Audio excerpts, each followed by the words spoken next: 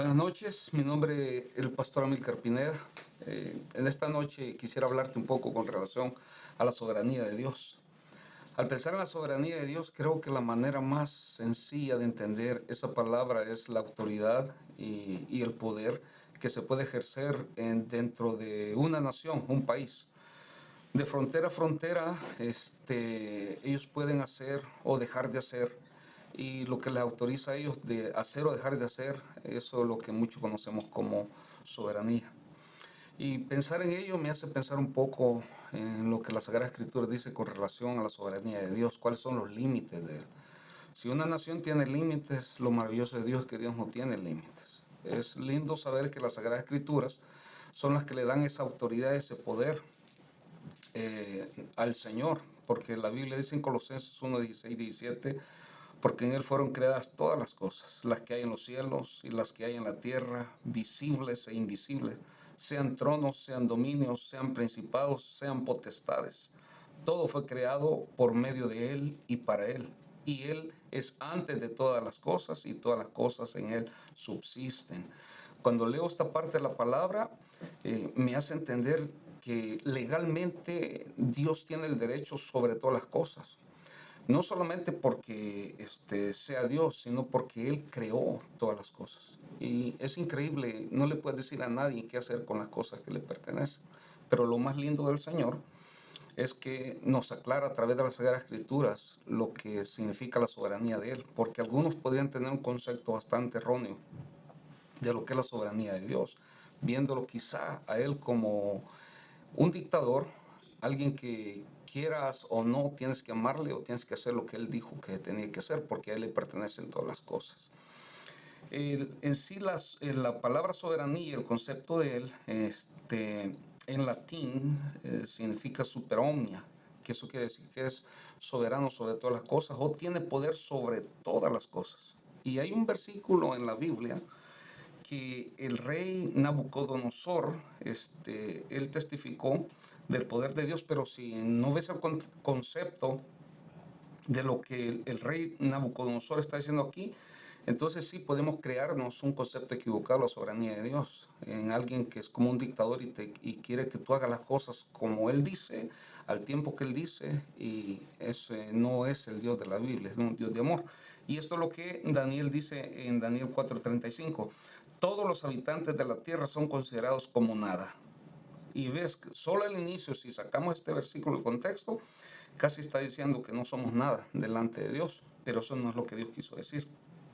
Y Él hace según su voluntad en el ejército del cielo y en los habitantes de la tierra, y no hay quien detenga su mano y le diga, ¿qué haces?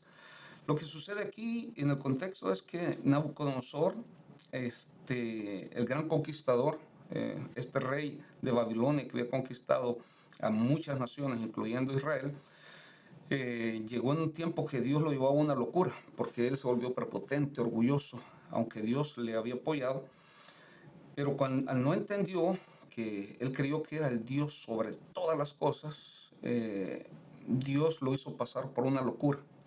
Y para no aburrirte con algo que tú sabes, es cuando él pronuncia estas palabras, cuando Dios ya lo ha sacado de la locura y lo ha puesto en sus cinco sentidos y él ya está acuerdo, él hace esta declaración, pero lo hace reconociendo que él se consideraba alguien grande, alguien poderoso, pero reconoció que sobre él hay otro rey, y es el Rey de Reyes y Señor de Señores.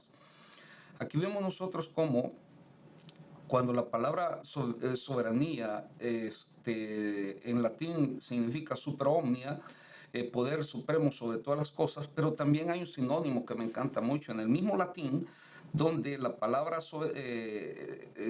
soberanía significa también primios inter pares, que significa principal. Y me encanta tanto ese sinónimo porque es como que Dios va a la cabeza y quiere que nosotros le sigamos. Y Él dice cómo y de qué manera, pero desde el punto de vista de sus atributos, como nuestro Dios es omnisciente, Él lo sabe todo.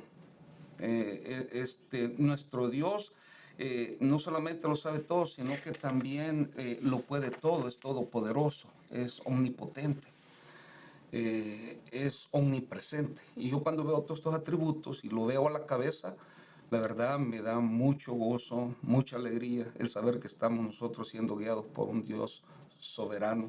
¿Y quién no se va a alegrar de tener un Dios o que vaya a la cabeza como principal? Acuérdese usted que Dios nos dio a nosotros el libre albedrío.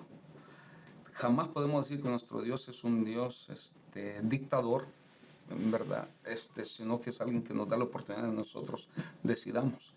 Y cuando nosotros observamos a Dios con estos atributos, yo me siento bastante alegre y contento de tener a un Dios que va a la cabeza con todas esas características.